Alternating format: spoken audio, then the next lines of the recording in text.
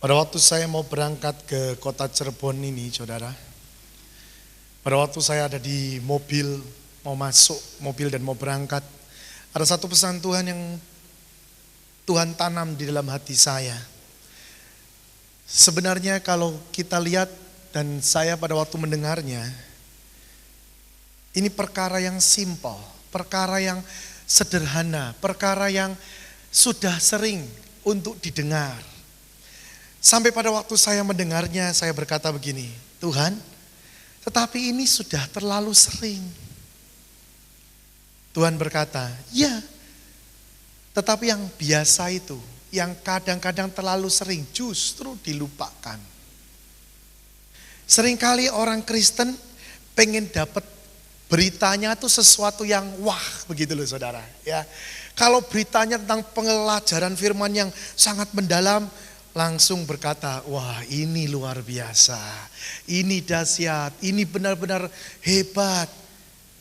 Tetapi seringkali karena kita terlalu kesengsem dengan perkara-perkara seperti itu, justru malah itu hanya cuman di mulut berkata, wah hebat, wah luar biasa, tapi nggak dilakukan. Coba saudara pikirkan dan saudara lihat, orang kalau kepleset, ya, jatuh kepleset, itu justru bukan dengan batu besar kan, betul enggak? Tapi justru dengan batu-batu yang kecil, yang sepertinya masa sih yang sekecil ini bisa membuat orang jatuh. Kemarin ini saya dengar ada satu orang lagi jalan kepleset koma. Habis sudah koma sampai berbulan-bulan di rumah sakit. Semua orang kalau yang nilik tanya, ada apa, kenapa kok sampai bisa begini? Yang jawab juga malu saudara. Ya, yang jawab bukan dengan sesuatu yang ya karena apa? Tapi ya memang itu yang terjadi karena apa? Cuman kepleset dengan batu yang sepertinya tidak akan pernah bisa untuk membinasakan orang. Tapi akhirnya terbukti kepleset masuk rumah sakit koma. Nah, Tuhan berkata pada saya, banyak orang juga seperti itu. Dia tahu firman banyak. Dia tahu pengetahuan tentang firman, oh luar biasa. Bahkan mungkin dia hafal firman-firman Tuhan. Tapi kunci, satu hal yang paling Tuhan inginkan dalam hidup kita, itu dia lupakan. Ya, kalau kita lihat Yohanes 21 ini, ya ayat yang ke-15. Ada beberapa pertanyaan Tuhan kepada Simon Petrus. Dan ini pertanyaan sedang Tuhan tanyakan juga bagi saudara. Yaitu pertanyaan di mana dikatakan di sini.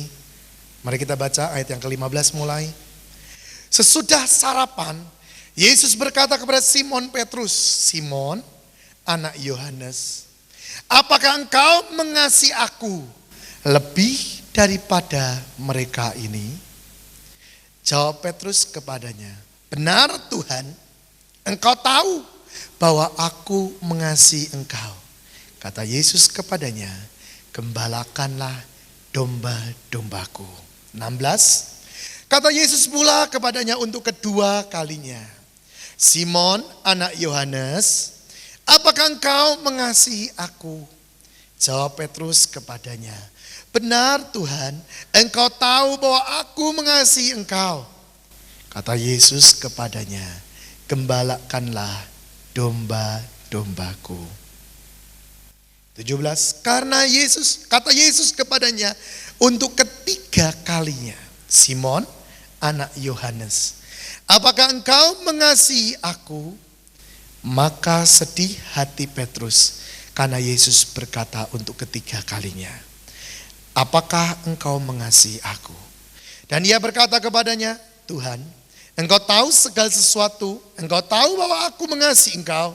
Kata Yesus kepadanya, gembalakanlah domba-dombaku.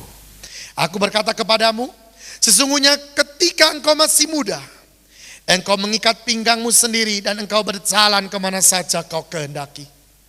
Tetapi jika engkau sudah menjadi tua, engkau akan mengulurkan tanganmu dan orang lain akan mengikat engkau dan membawa engkau ke tempat yang tidak kau kehendaki.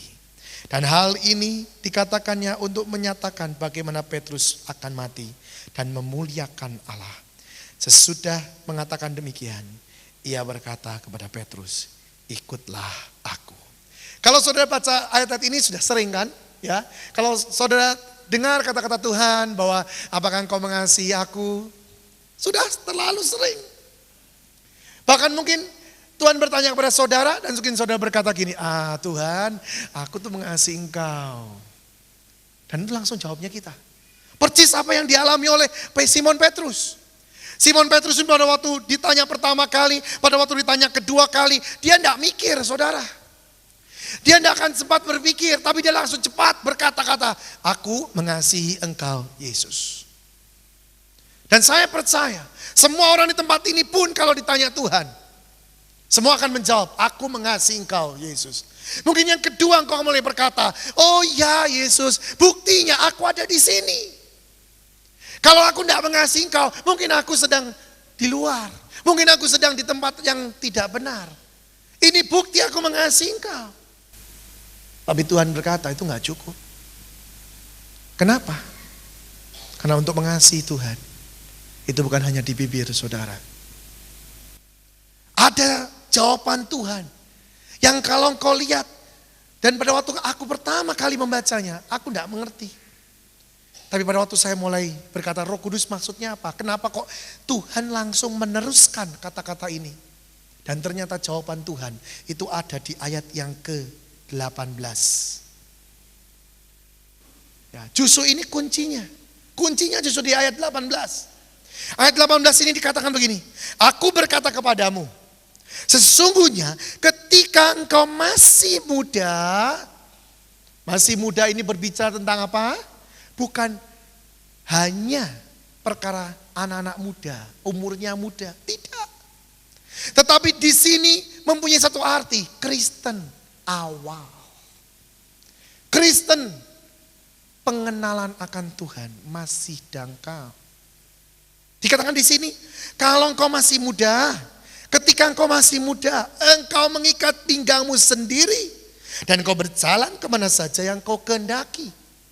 Ciri pertama daripada orang-orang Kristen yang masih dangkal, orang-orang Kristen yang mungkin tahu firman-Nya banyak, tapi sebenarnya dia tidak mengenal Tuhan secara pribadi. Ya. Ada satu kata-kata yang sangat indah, ada satu kata-kata yang sangat luar biasa, yang saya tangkap sungguh saudara.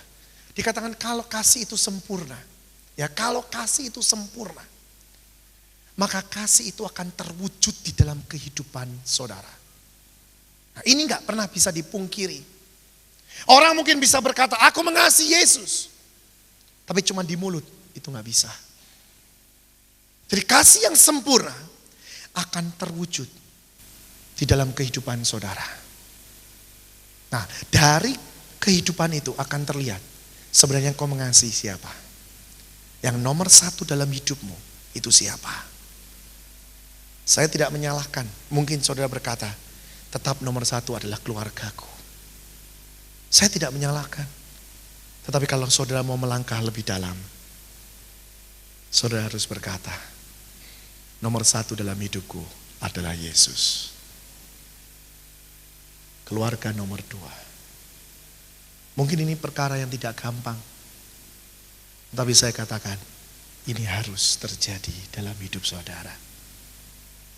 Sangat-sangat sulit. Kalau tadi ayat dikatakan kita sudah dekat sekali, bahkan pertolongan Tuhan ada di depan. Amin. Saya percaya itu. Saya percaya. Tapi sekali lagi Tuhan berkata, pada waktu saya ada di situ, Tuhan berkata, tapi bagaimana orang bisa meraihnya kalau orang itu tidak mulai belajar mengasihi aku dengan benar? Oh, tidak bisa, saudara.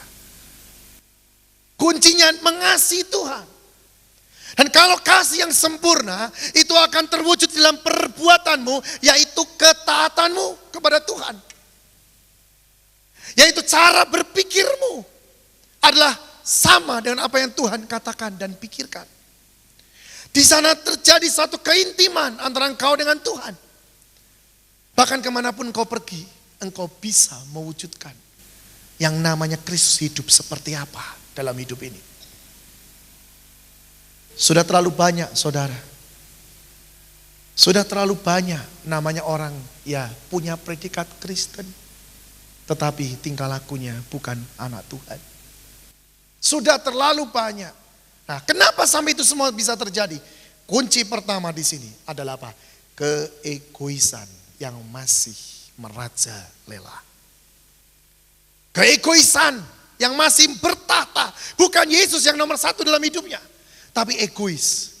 Kepentingan diri sendiri. Itu yang masih merajalela dalam hidup dia. Dan saya katakan ini. Mau saudara jadi orang Kristen sudah lama. Mungkin saudara jadi orang Kristen dari sejak lahir sampai sekarang umur 60 mungkin. Tapi kalau saudara tidak mulai belajar membuang egois itu, saudara tidak akan pernah menjadi seorang pemenang. Dan saya katakan ini tidak sesuatu yang enak. Untuk dikikisnya itu tidak enak loh saudara.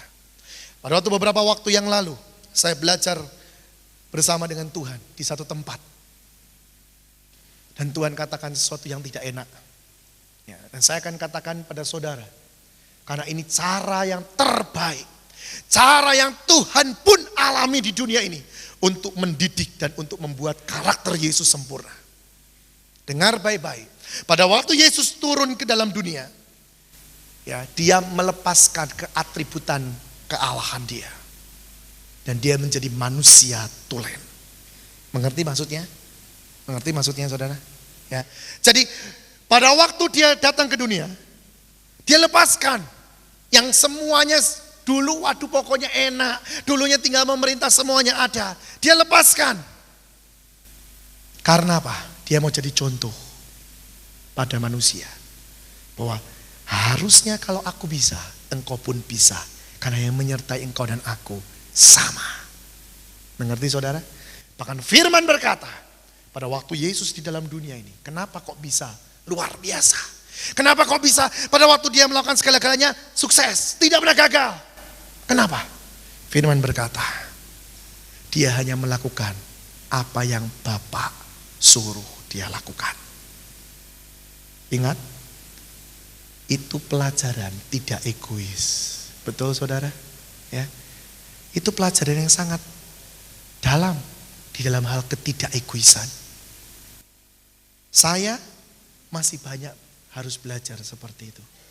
Seringkali Tuhan berkata, pergi ke sini. Seringkali kita masih gini, aduh kalau pergi untung ruginya apa? Kalau aku melangkah nanti berhasil enggak? Ini belum sempurna. Dan seringkali kalau kita masih berpikir-pikir seperti itu, waktunya jadi terlambat. Apa yang kita raih tidak akan sesempurna dan sebaik dengan pada waktu kita meresponi dengan cepat. Dengar baik-baik. Nah, caranya bagaimana supaya Yesus bisa seperti itu juga? Nah, caranya tidak lain ada. Coba kita buka di dalam Zakaria. Ya. Mungkin saudara barusan mengerti akan ini atau yang sudah mengerti, coba dalami dulu. Sebelum kita melangkah lebih dalam. Di dalam Zakaria pasal yang ketiga, Zakaria itu sebelum Maliaki saudara, ya.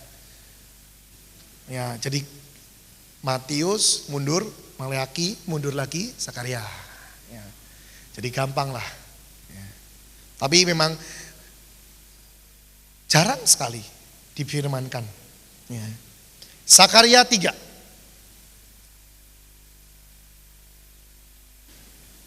Sudah dapat semua? Nah ya, Zakaria 3, dengarkan baik-baik. Di sini ada sesuatu kata yang luar biasa. Ayat yang kedua atau ayat yang pertama supaya saudara bisa mengerti semua ceritanya. Kemudian ia memperlihatkan kepadaku imam besar Yosua berdiri di hadapan malaikat Tuhan, sedang iblis berdiri di sebelah kanannya untuk mendakwa dia. Lalu berkatalah malaikat Tuhan kepada iblis itu, Tuhan kiranya menghardik engkau ya iblis. Tuhan yang memilih Yerusalem kiranya menghardik engkau. Bukankah dia ini puntung yang telah ditarik dari api? Mungkin sudah membaca ini sudah tidak ngerti apa maksudnya. Kok bisa dikatakan ditarik dari api, puntung yang ditarik dari api. Tapi ini kunci di mana engkau dan saya bisa untuk menangkap yang namanya tidak egois atau mementingkan kepentingan Tuhan lebih daripada dirimu sendiri. Inilah cara yang terindah dan cara yang paling tepat. Yaitu apa? Melalui api engkau dan saya harus diproses. Sesuatu berita yang tidak enak hari ini saudara. Tapi ini sebenarnya berita kemenangan yang besar. Api itu satu lambang daripada penderitaan yang kau dan saya harus alami. Manusia tidak pernah bisa diproses Tuhan dengan sempurna. Kalau tidak harus melalui api. Memang tidak enak saya katakan. Dan banyak orang pasti berontak. Aduh kalau saya enggak lah. Kalau saya mau belajar nurut saja. Saya mah sudahlah enggak usah di proses-proses. Sudah nurut saja. Enggak usah melalui penderitaan. Saya katakan tidak akan bagus. Yesus pun melalui seperti itu. Dan pada waktu Yesus mulai diproses. Akhirnya dia menjadi sempurna. Coba kita buka. Sekarang di dalam Ibrani. Ibrani pasal yang kelima. Ibrani pasal yang kelima. Di sini ada firman yang membuktikan akan hal itu. Ibrani pasal yang kelima.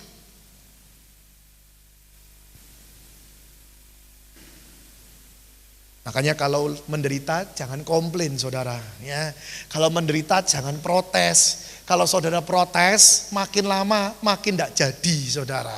Ya, lebih baik sudahlah nurut saja. Ibrani 5 ayat yang ke-8. Dan sekalipun ia adalah anak, nah dengar baik-baik. Ia telah belajar menjadi taat dari apa yang telah dideritanya. Ayat 8 itu dikatakan jelas. 9. Dan sesudah ia mencapai kesempurnaannya, ia menjadi pokok keselamatan yang abadi bagi semua orang yang taat kepadanya. Jelas kan? Ya kan? Jadi tidak ada jalan lain. Ini jalannya.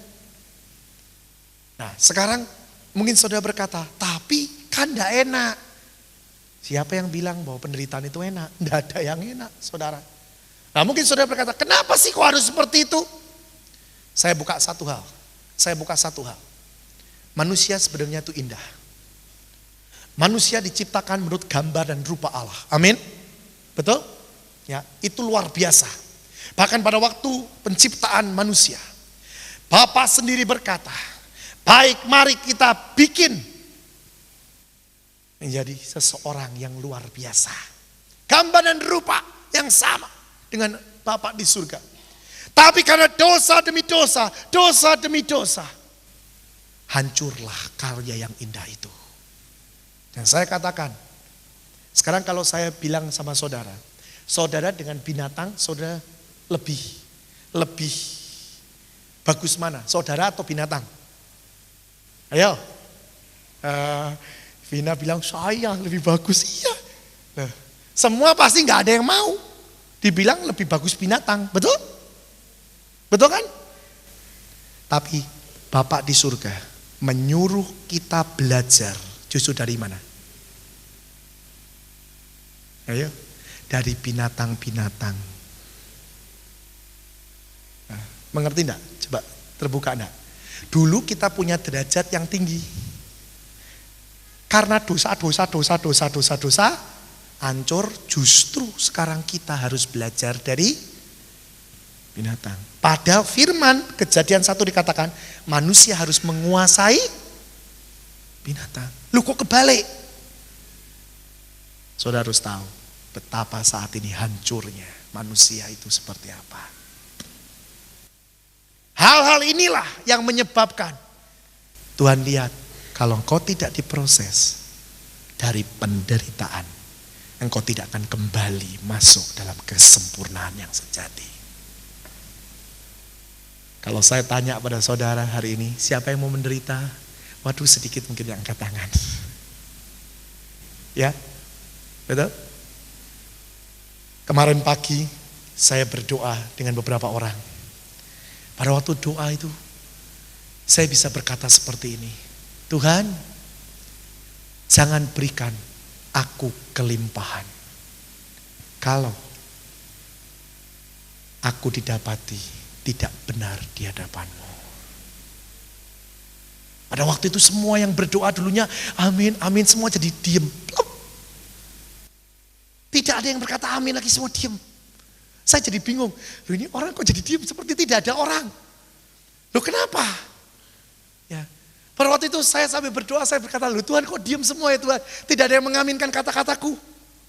Terus Tuhan bilang gini, ya enggak ada, semuanya pengen kaya. Semuanya pengen hidup berkelimpahan. Dan saya mulai mengerti, betul ya Tuhan. Terus saya mulai merasa gini, Tuhan, lah kok aku ngomong ya? Loh kok mulutku ini bisa ngomong begitu? Aku ya enggak mau sebenarnya, tapi kenapa mulutku bisa ngomong seperti itu? Karena itu bicaranya pada waktu, jadi kami menyembah, kami memuji Tuhan.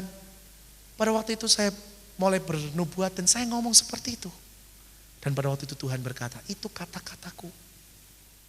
Pada waktu aku di dunia aku berkata-kata seperti itu. Karena aku tahu, buat apa saat ini hidup berkelimpahan. Tapi akhirnya engkau tidak dapatkan surga. Berapa banyak anak-anak Tuhan, justru berkat itu yang membuat dia hancur.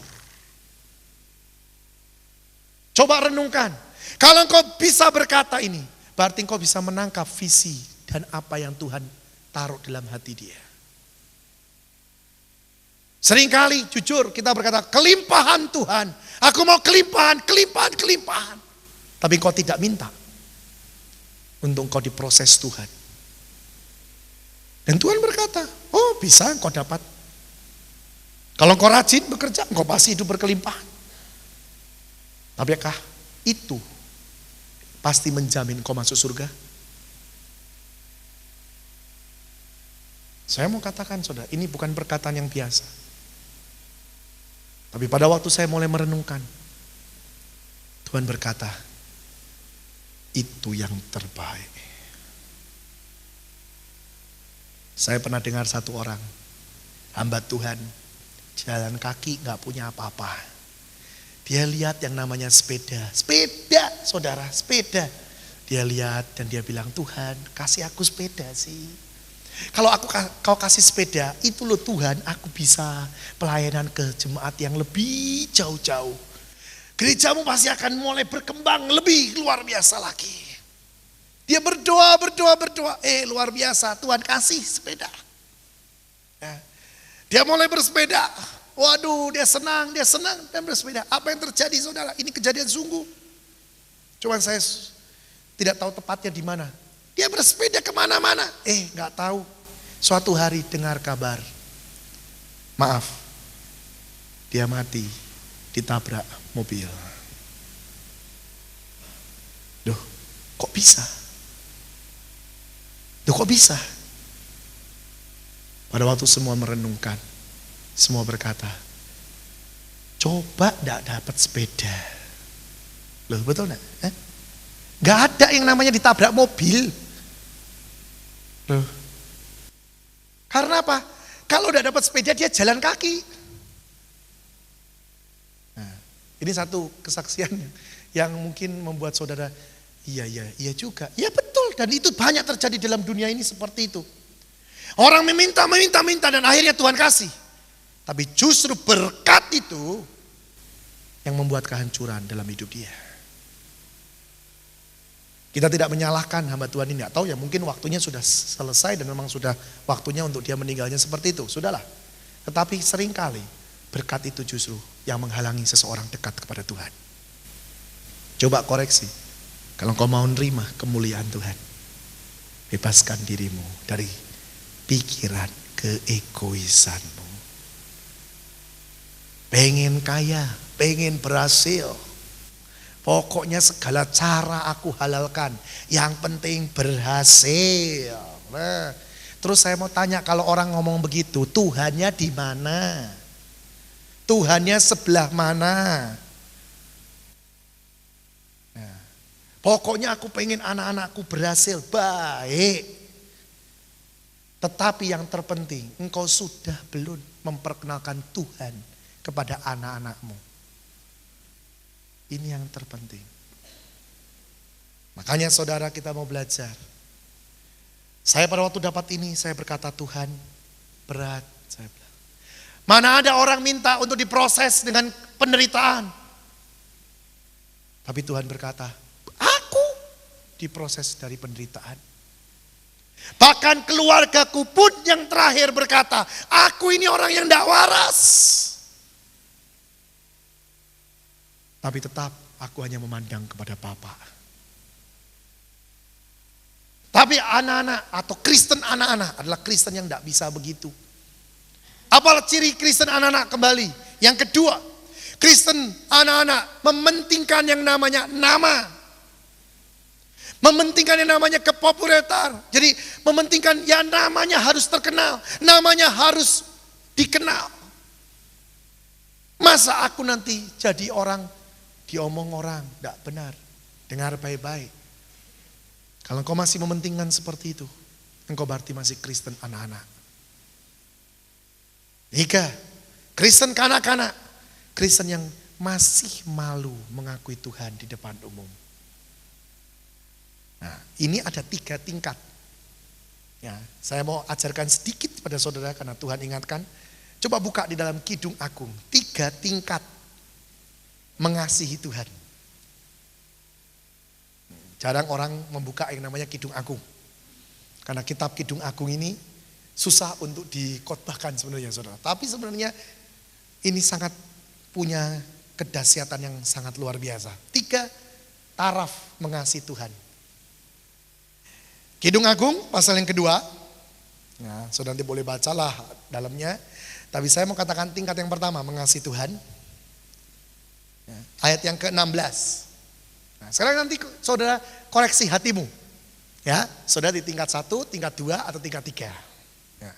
Tingkat pertama, ayat 16. Dikatakan begini. Kidung Agung 2, ayat 16. Kekasihku kepunyaanku, dan aku kepunyaan dia.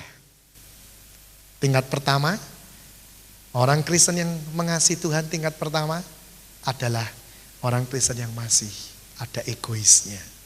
Tuhan punyaku, Tuhan harus memberkati aku, Tuhan harus membuat pertolongannya bagi hidupku, Tuhan harus menyembuhkan aku, Tuhan harus. Dan coba koreksi di dalam hidupmu. Di dalam engkau berdoa, engkau lebih banyak memberkati Tuhan atau engkau lebih banyak meminta berkat sama Tuhan? Karena engkau berkata, engkau berkati aku Tuhan, engkau beginikan aku Tuhan, engkau beginikan aku Tuhan. Hah? Coba koreksi hidupmu. Di mana tingkat mengasihimu terhadap Tuhan? Tingkat yang pertama adalah jelas penuntutan sesuatu. Ego masih kuat. Ego masih kuat. Dan coba koreksi. Tingkat yang kedua. Di dalam Kidung Agung pasal yang ke-6, pasal yang ke-7, 6. Pasal yang ke-6 ayat yang ke-3. Kidung Agung pasal yang ke-6 ayat yang ke-3. Nah, ini tingkat yang kedua. Ya, dikatakan begini. Aku kepunyaan kekasihku dan kepunyaanku kekasihku. Artinya apa? Tingkat yang kedua adalah tingkat di mana orang Kristen mulai berkata, aku sudah melakukan semuanya Tuhan, sekarang mana bagianku? Kenapa semua ini terjadi? Buktinya aku sudah pelayanan. Aku sudah memberi perpuluhan. Aku sudah memberikan hak sulung, buah sulung. Semua aku sudah lakukan.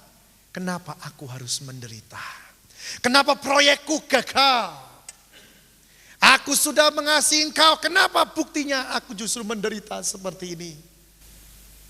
Tingkat yang kedua, dia sudah berbuat sesuatu, tapi dia minta balasan sama Tuhan. Nah, ini ada satu cerita, saudara. Ada satu cerita. Ada seorang hamba Tuhan, ya, hamba Tuhan wanita. Dia berdoa. Pada waktu dia berdoa, Tuhan datang dan Tuhan berbicara pada dia seperti ini. Apakah engkau mengasihi aku? Oh, mengasihi engkau Tuhan. Aku mengasihi sungguh-sungguh. Oh, luar biasa, aku sungguh mengasihimu. Bahkan semua yang kulakukan untuk engkau. Terus Tuhan tanya begini. Kalau suatu hari engkau dapati suamimu punya simpenan, bagaimana perasaanmu? Dia bilang, waduh Tuhan, jangan sih Tuhan. Dalam nama Yesus jangan Tuhan. Jangan, pokoknya jangan. Waduh, jangan, pokoknya Tuhan tolong pegang suamiku. Jamah dia, terus Tuhan jagai, jangan sampai jatuh. Terus Tuhan bilang gini, oh bagus. Berarti engkau menghendaki untuk suamimu tidak jatuh ya. Ya, aku tahu. Sekarang begini saja. Loh, ini dalam mimpi loh saudara, berdialog saudara. Sekarang begini saja. Kalau yang jatuh itu kamu,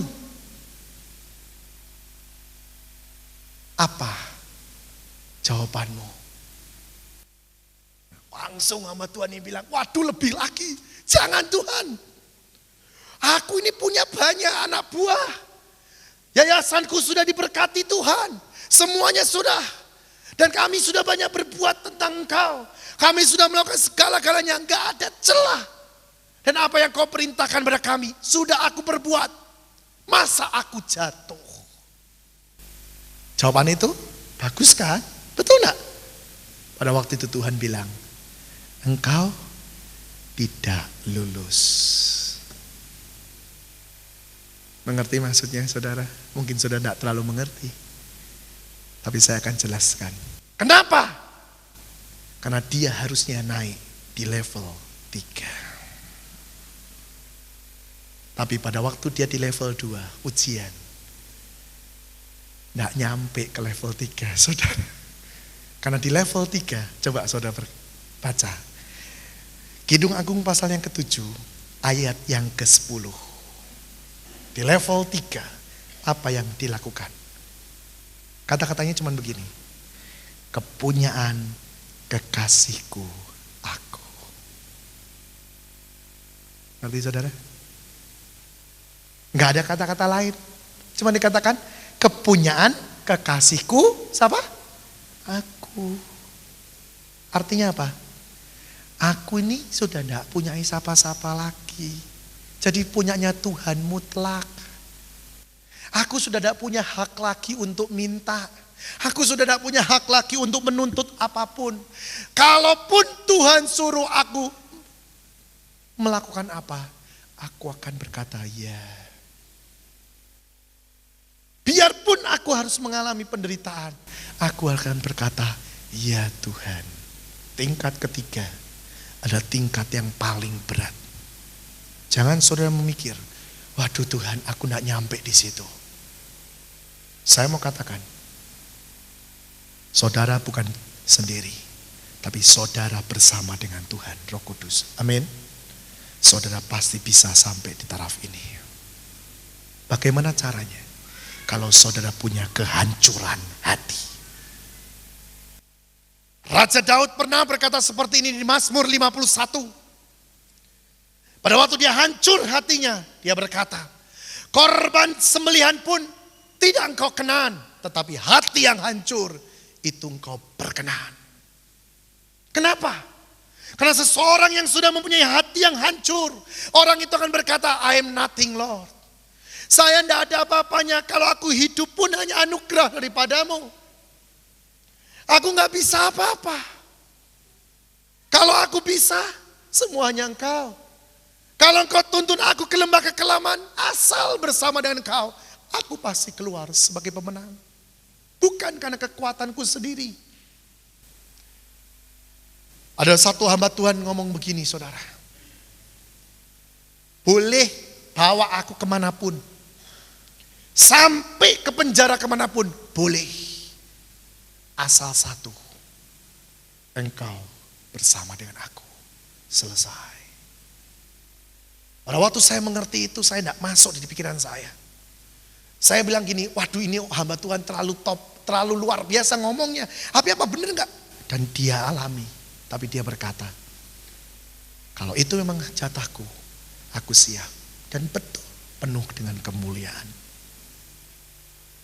Kenapa dia sampai taraf seperti ini? Tidak ada lain. Proses Tuhan cuman melalui penderitaan. Sudah tahu kenapa Paulus, firman berkata, dia ke tanah Arab, ke padang gurun Arab. Kenapa kok Paulus harus seperti itu? Dia di padang gurun Arab itu sekitar 3 tahun sampai 4 tahun. Dia seorang yang sukses. Pengetahuan firman-Nya lebih daripada murid-murid Tuhan yang lain. Saya mau katakan, lebih dari semua murid-murid Tuhan Yesus. Karena apa? Dia itu ahli Taurat, itu jagoannya. Ya, dia apal yang namanya Taurat. Dia orang yang sukses di dalam pekerjaan. Bahkan firman berkata, ditulis bahwa dia tidak pernah minta apapun karena apa? Dia menghidupi hidupnya dari pekerjaannya dia sendiri. Tapi kenapa dia harus masukkan diri dia di padang gurun Arab 3 tahun sampai 4 tahun? Kenapa itu harus semua dia lakukan? Cuman satu. Karena dia terbuka pikirannya. Dan dia berkata, aku gak pernah bisa mati. Aku gak pernah bisa mati dagingku. Dagingku tidak akan pernah bisa hancur. Hatiku tidak akan pernah bisa rebuk. Kecuali aku datang ke tempat satu. Di mana harta bendaku pun tidak ada artinya di situ. Sekali lagi saya katakan, dia orang yang sukses. Dia orang yang pintar. Tapi semua yang dia punya di padang gurun tidak berarti apa-apa. Betul? Setuju dengan saya? Saudara boleh lihat dan saudara boleh coba. Saudara mau kayanya seperti apa? Saudara ke padang gurun, ngapain? Gak ada apa-apa di situ saudara. Kalau cuma 2 hari masih oke. Seminggu masih kuat. Coba 3 tahun di sana. Yang dia lihat hanya apa? Cuman pasir saja.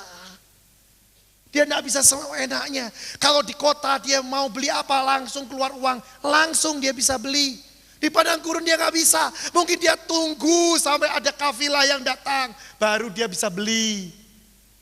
Berarti apa? Belajar sabar. Penundukan diri. Penguasaan diri. Dan setelah dia keluar dari padang gurun itu.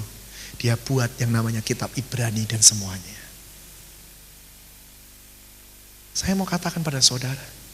Tuhan tidak menginginkan engkau masuk ke padang gurun seperti itu. Tapi kalau saudara mau, dia akan pimpin engkau dan saya masuk di dalam prosesnya dia.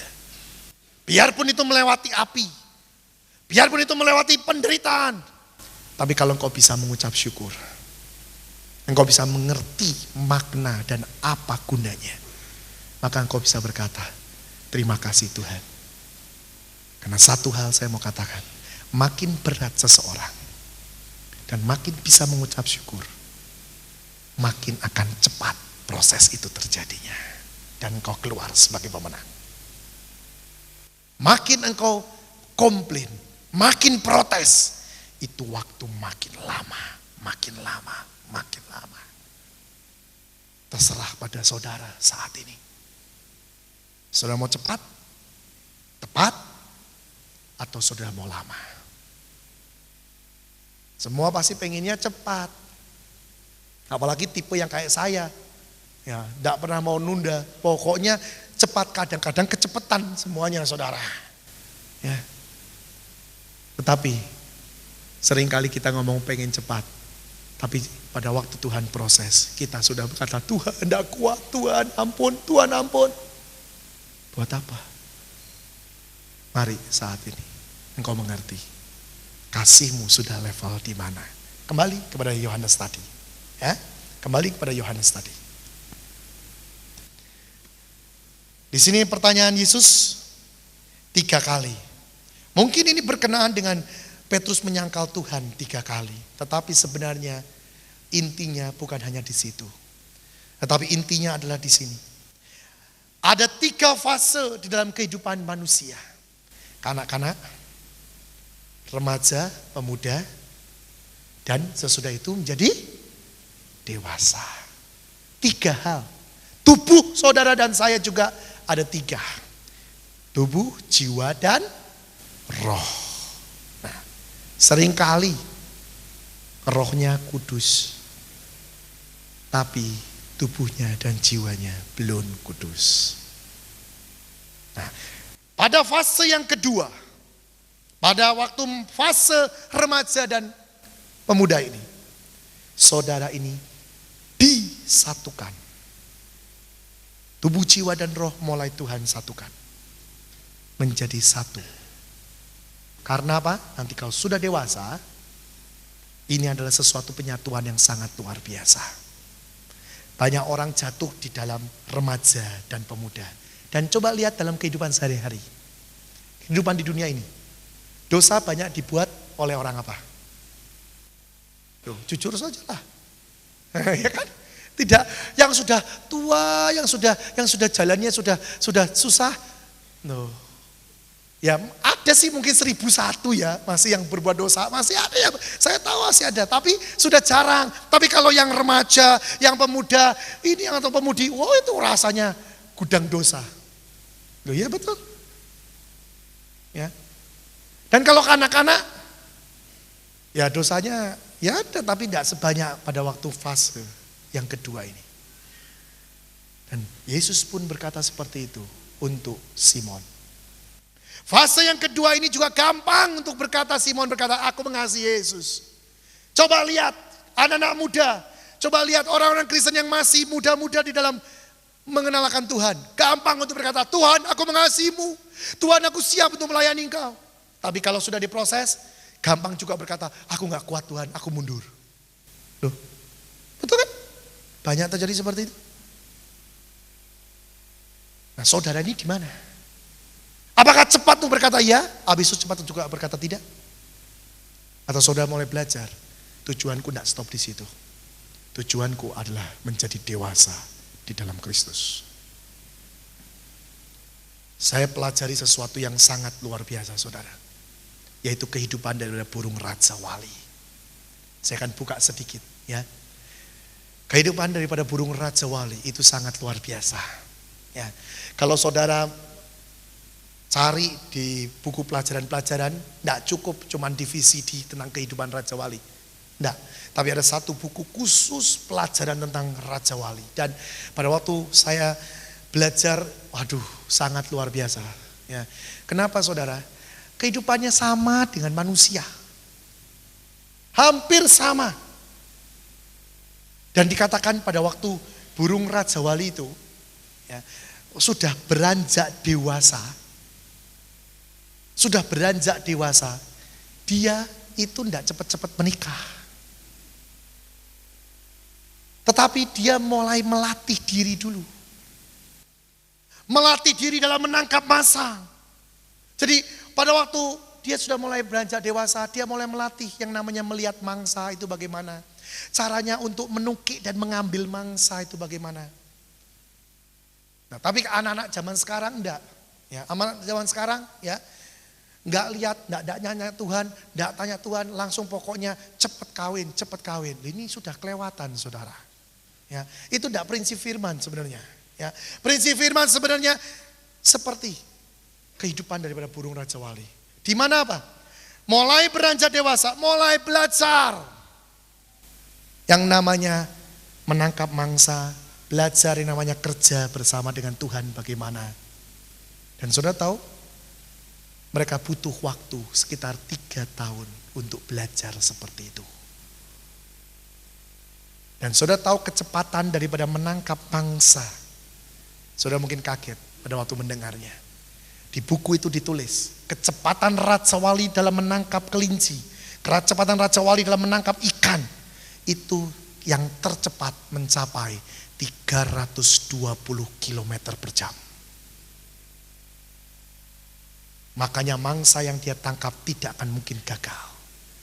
Di buku itu dikatakan bahwa menurut sejarah 1.000.000 kali dia menangkap mangsa, tidak ada 1 kali pun dia gagal di dalam menangkapnya. Bayangin saudara. Dan Tuhan inginkan seperti itu kehidupan kita. Seorang Raja Wali yang dewasa, dia tidak pernah pusing dengan apapun. Kalau ada badai, malah seneng. Karena apa? Kalau ada badai, dia pakai badai itu untuk mengangkat tubuhnya lebih tinggi lagi. Untuk mendekatkan dirinya ke matahari.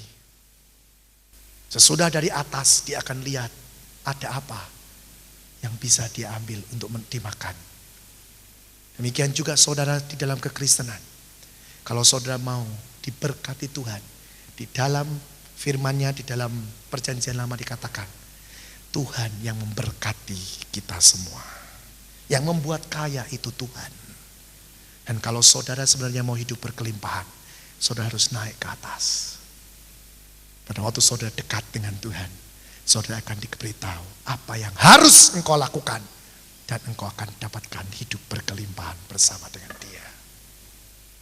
Saya percaya ini sesuatu jaminan sebenarnya. Kalau engkau menangkap bagi orang-orang yang bisnis, saudara. Ya. Makanya benar apa yang dikatakan Tuhan. Kalau engkau bisa menangkap, pemulihan itu sudah ada di depanmu. Di Sion pemulihan itu, bukan di mana-mana. Ada satu orang, saya mau cerita saudara, ini sungguh-sungguh terjadi di kota Bandung. Memang saya belum temu orangnya, tapi saya ketemu gembala sidangnya. Pada waktu gembala sidang itu membawa firman, saya sampai terpesona. Karena apa? Karena saya bilang, ini Tuhan kalau sudah kerja itu luar biasa. Ada seseorang, dia dulu dari agama seberang, ya, sudah tidak punya, terus dia kena PHK. Ya, jadi sudah orang tidak terlalu punya, dia kena PHK. Jadi 0, sungguh-sungguh. Dia cuma punya uang 100.000 rupiah. Itu sudah hidup dia. Pada waktu itu dia sedang jalan di kaki 5. Nah, pekerjanya di gereja ini juga sedang jalan di kaki 5. Begitu saudara. Jadi yang antiknya kenapa kok bisa ketemu? Itu semua Tuhan. Ya, jadi pekerjanya juga jadi lagi jalan-jalan di kaki 5. Ini yang orang lagi pusing juga jalan-jalan di kaki 5. Gak taunya ketemu, pelak. Ngobrol-ngobrol, diinjili, bertobat. Pada waktu sudah bertobat, ada timbul persoalan. Kenapa? Hidupnya bagaimana ini orang? Ya, bukankah Tuhan bilang, ikut Tuhan, pasti Tuhan jamin. Amin. Tapi tidak hanya diam, harus melangkah. Nah, terus yang membina ini mulai ngomong, kau punya keahlian apa? Dia bilang, saya punya keahlian, saya berdagang bisa. Oh iya, terus modalmu berapa? 100.000. Dagang apa 100.000? Ya, tapi apa yang terjadi saudara? Mereka berdoa, akhirnya tahu, oh dagang roti. Dengan uang 100.000 mereka dagang roti. Dan mulai di tiap pagi diedarkan. Tidak bisa baca. Sudah orang yang tidak bisa dilihat kemampuannya apapun tidak ada sebenarnya. Tapi ternyata Tuhan tetap berikan. Nah, pada waktu dia tahu dan dia mengasihi Tuhan. Dia berdoa terus sama Tuhan. Setiap pagi sebelum dia menjual kuenya, dia berdoa. Dan pada waktu dia jualan, dia berdoa. Terus dia dekatkan diri pada Tuhan. Sudah tahu apa yang terjadi? Itu kue laris. Terus naik. Dia dapat keuntungan berapa? Dia tidak lupa yang namanya perpuluhan. Sesudah itu keuntungannya ditambahkan lagi jadi modal. Terus. Dalam waktu 9 bulan. Dari modal 100.000 itu. Sekarang 1 hari dia dapat sekitar 3 juta sampai 4 juta. Yang lebih antik lagi. Setiap minggu dia bawa uangnya itu semua. Sampai gembala sidangnya berkata, lu kamu kok bawa semua? Dia berkata, lah habis bagaimana? Ke bank saya tidak bisa karena tidak bisa tanda tangan. Tidak bisa nulis sama sekali. Tapi Tuhan berkati sampai seperti itu. 1 hari omsetnya sekitar 3 jutaan. Dia bilang, sama tidak lakunya 1,5 juta. 1 hari saudara. Lihat, Tuhan bisa buka Jalan tidak tahu, tapi Tuhan bisa sediakan. Amin. Dari mana? Pada waktu orang itu naik ke atas tinggi. Itu kunci sebenarnya. Tapi banyak orang berkata gini. Kemarin dulu ada satu pengusaha berkata gini. Oh Tuhan, bisnis, jangan dijadikan satu. Kalau kita ke Tuhan terus, nanti bisnisnya nol. Siapa bilang? Justru itu kesalahan yang besar. Kalau di dalam segala-galanya engkau mendahulukan Tuhan. Di dalam segala-galanya engkau menyertakan kehadiran Dia. Yang tidak ada pun jadi ada. Dari sesuatu yang tidak mungkin menghasilkan, Tuhan tumpang tangan pun jadi penuh berkat. Amin. Kenapa engkau tidak mulai menghadirkan Tuhan secara luar biasa dalam bisnismu? Mungkin kau berkata, gimana keintiman dengan Tuhan? Tuhan bukan sesuatu yang jauh. Tuhan sebenarnya dekat dengan kita semua. Benar, Dia dekat. Bahkan saya katakan, Dia jauh lebih dekat daripada pakaianmu. Karena Dia ada dalam hatimu. Cuman perkara mau atau tidak. Memang tidak gampang saudara, memang tidak gampang. Tapi saya katakan, mari kita berusaha. Saya percaya di tempat ini banyak yang masuk di dalam kategori yang kedua. Di mana engkau mulai diproses sungguh-sungguh. Mati yang namanya daging itu seperti apa. Ya. Engkau mulai tidak takut dengan apapun. Saya pada waktu belajar yang namanya kasih yang sempurna menyelamatkan ketakutan. Itu tidak main-main saudara. Ya. Baru-barusan ini saya masuk dalam satu pengasingan. Ya. Di satu tempat yang terkenal setannya lumayan banyak. Ya. Ya, memang semua orang ke situ tahu kalau tinggal di situ biasanya diganggu sama setan. Dan pada waktu saya masuk di situ dan saya memang diganggu. Jujur, rada ngeri saudara. Ya, ngerinya itu sebenarnya cuman saya pikir-pikir ngerinya yang ngeri kenapa? Saya bilang begitu ya. Kalau sampai ketemu plek ada depan begini, ya sudah mau apa gitu kan? Ya, terus ya kita tidak bisa apa-apa. Kita cuma bilangin dalam nama Yesus pergi. Paling cuma begitu. Ya. Masa kita juga mau lari? Malu dong orang Kristen lari. Mungkin saudara ketawa, tapi saudara tahu, mungkin saudara kalau ditemuin mungkin saudara yang lari. Hati-hati ya, malu-maluin sekali itu. Kalau sampai ketemu setan engkau yang lari. Setannya yang harus lari, bukan saudara yang lari. Ya kan? Tapi itu teori. Tapi kalau sudah ketemu, itu. Nah saya juga bilang, Tuhan sebenarnya aku sih ya jujur aja lah kau lihat hatiku. Saya sering ngomong gitu, saya tidak bisa sembunyikan apa-apa. Saya bilang, saya lihat setan sudah sering. Tapi kalau sampai berhadapan terus tidak ada penolong, maksudnya dalam arti cuma sendiri di satu rumah, ada depan terus mau apa? Begitu loh, itu yang saya pusingkan mau apa ya kalau udah begitu. Ya, tapi saya percaya, saya cuma percaya satu Tuhan. Perlindunganmu nyata untuk saya. Dan benar saudara, suatu waktu hari Rabu malam, saya ingat itu Rabu malam. Ya, saya sudah di tempat yang terpencil. Rabu malam jam sekitar 8:30, apa yang terjadi? Lampunya padam total. Nah itu kalau sudah lampu padam di situ, saya tidak ngomong banyak.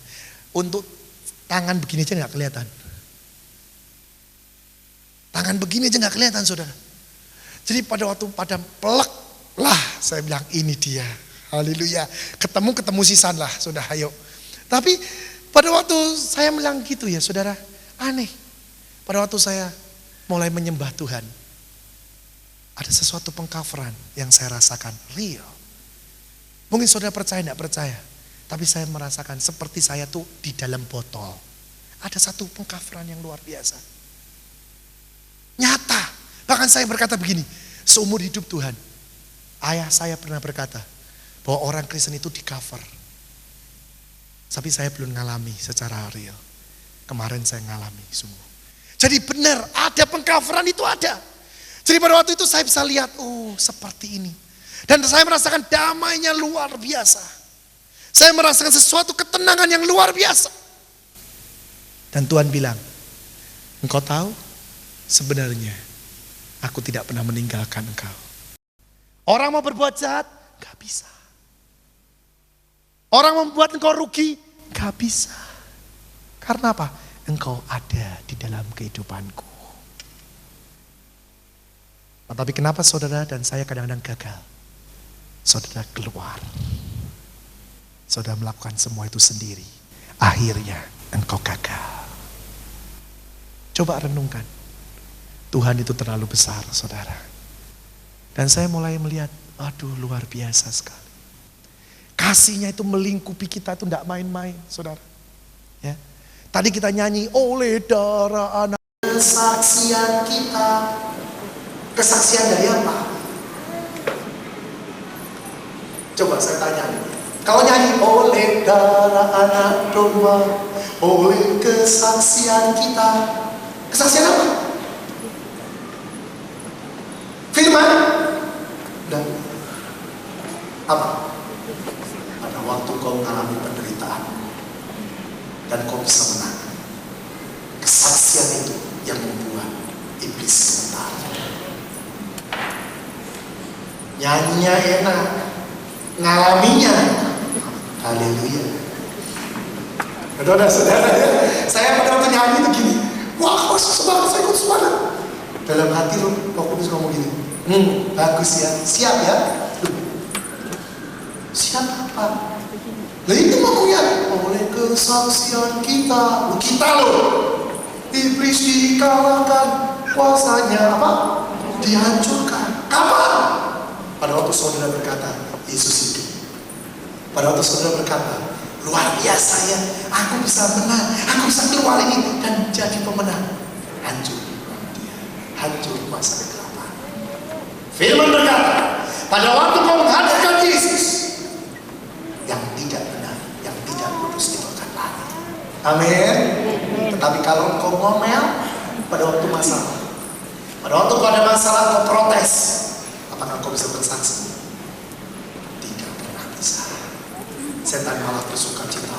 Oh, haleluya katanya ya. Boleh ngomong haleluya, haleluya, tapi hati-hati saudara.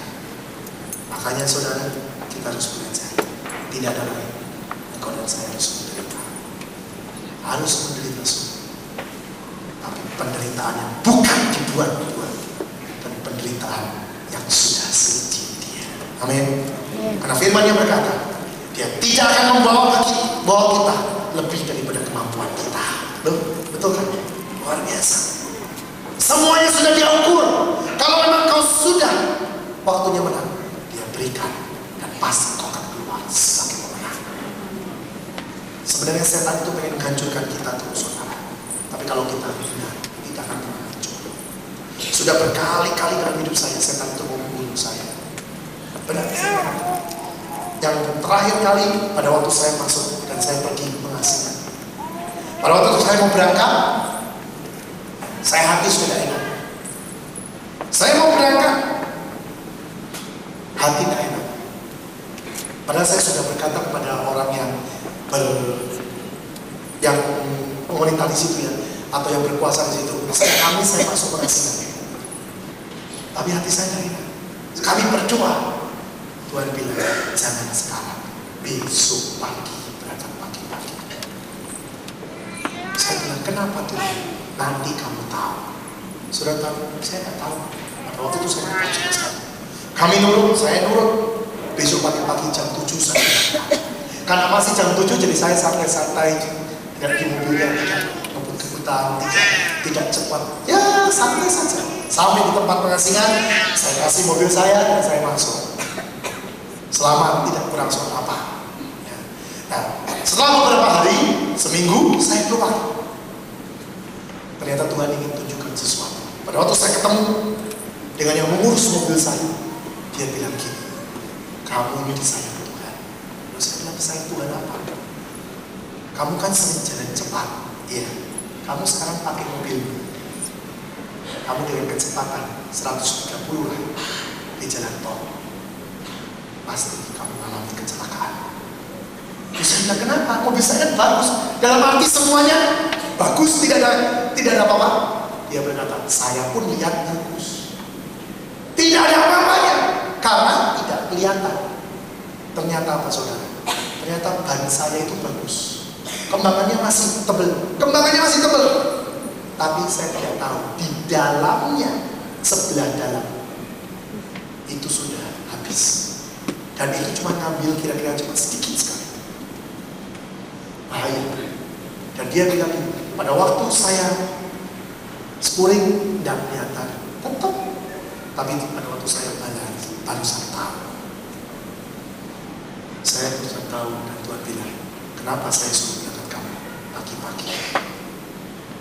Lihat saudara, pokoknya kalau kita hidup di dalam rencana Tuhan, tidak ada satupun kecelakaan atau kerugian yang akan menghantam kita.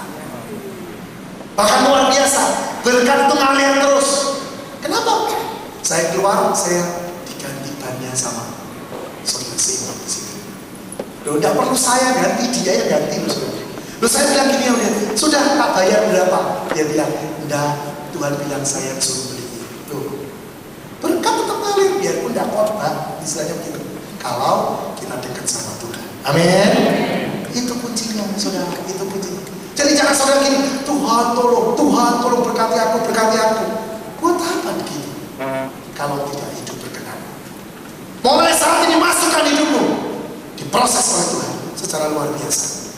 Berkat itu sudah ada di ambang pintu, benar di depan, tinggal kau raih. Tapi kau meraihnya harus dengan hati yang siap untuk apapun yang terjadi dalam hidup. Kau mengucap syukur bersama dengan Dia.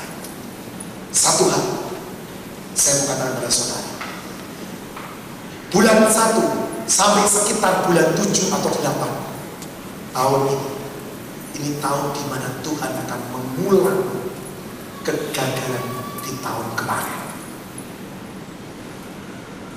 Ujian demi ujian akan terjadi di bulan pertama sampai bulan ke-7 dan 8. Contoh, tahun kemarin engkau gagal, tahun ini engkau akan disuruh untuk mengulang kegagalan supaya engkau tidak gagal dan berhasil. Kemarin saya dapat hal itu dan saya kirim kepada beberapa orang, dan pada waktu orang-orang itu menerima, dia berkata, betul, kenapa saya sekarang sedang ujian terus, dan apa yang saya alami saat ini sebenarnya sudah saya alami tahun kemarin, tapi saya gagal, tapi sekarang saya diuji terus. Saya bilang supaya berhasil. Kenapa? Karena di tahun ini, dengar baik-baik, di tahun ini engkau dan saya, kalau memungkinkan, engkau akan lihat kemuliaan Tuhan, kelimpahan yang sangat luar biasa terjadi.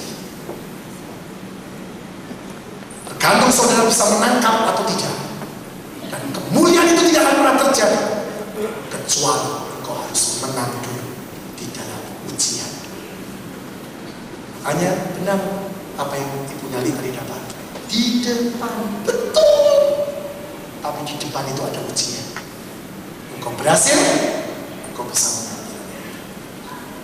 Engkau tidak berhasil, engkau gagal.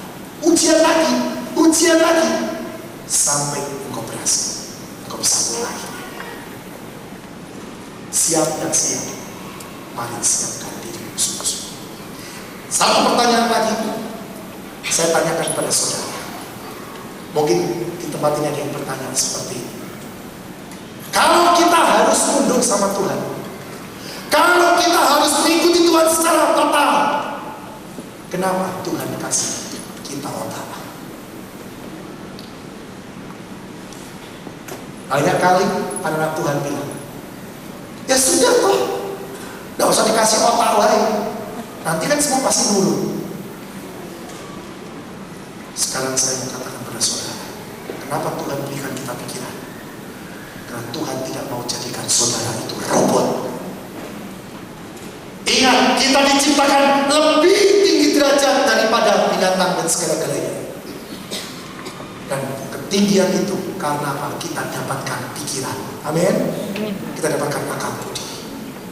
Jangan sampai saudara berkata, oke Tuhan, aku mau jadi robot. Oh, tidak bisa saudara. Berarti saudara merendahkan dirimu, yang salah. Saudara harus pakai pikiranmu ini untuk kemuliaan bagi nama Tuhan. Dan yang terlebih indah, Tuhan inginkan dengan pikiranmu engkau bisa berkata begini, aku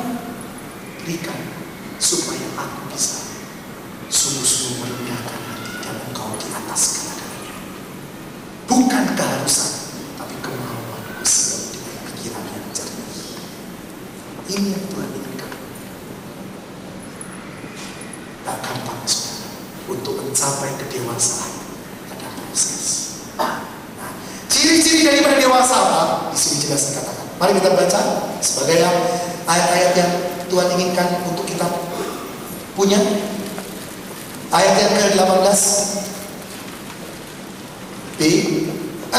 Tetapi jika engkau sudah menjadi tua, ya. Tetapi jika engkau sudah menjadi tua, engkau akan mengulurkan tanganmu. Ya, mengulurkan tanganmu. Tanda apa? Engkau berkata, aku tidak bisa sendiri, aku tidak mampu, aku memang tidak bisa hidup sendiri, aku butuh bantuanmu, aku butuh engkau. Itu arti mengulurkan tangan. Yang kedua, dan orang lain akan mengikat engkau. Apa yang diikat? Kedaginganmu diikat, jiwamu diikat, dan tunduk sama hadirat Tuhan. Yang ketiga, di sini dikatakan, dan membawa engkau ke tempat yang tidak kau kehendaki. Apa artinya? Membawa kepada satu tempat yang dunia tidak pengen sebenarnya, tetapi itu penuh dengan kemuliaan Tuhan. Kembali kepada kitab Sakaria, dengar baik-baik. Kitab Sakaria pasal yang ketiga tadi. Ini ayat identik dengan Sakaria 3. Setelah Yosua melakukan pemulihan, Sakaria 3 ayat yang ke-7, dengar baik-baik ini ya. Nanti saudara akan tahu orang yang dewasa di dalam Tuhan akan menikmati seperti ini. Beginilah firman Tuhan semesta alam, apabila engkau hidup menurut jalan yang kutunjukkan dan melakukan tugas yang kuberikan kepadamu, maka engkau akan memerintah rumahku dan mengurus pelataranku. Ini bicara tentang bisnis yang berhasil. Dan aku akan mengizinkan engkau masuk ke antara mereka yang berdiri melayani di sini. Apa artinya? Yang ketiga, di sini itu artinya apa? Orang yang dewasa akan dapat masuk ke dalam hadirat Tuhan dan bersama dengan Tuhan ketemu di surga. Ada sesuatu yang sungguh-sungguh tulus, dekat sekali. Ada sesuatu yang sangat dekat, dan dia bisa gini, Tuhan aku pengen di Engkau. Dia bisa ketemu, menikmati dengan Tuhan. Tapi dia bisa kembali ke dalam dunia ini juga untuk apa? Untuk memerintah, untuk berkuasa, untuk membuat sesuatu yang luar biasa, mujizat demi mujizat. Tapi suatu ketika dia bilang, Tuhan aku pengen dekat Engkau, masuk kembali lagi dengan Tuhan.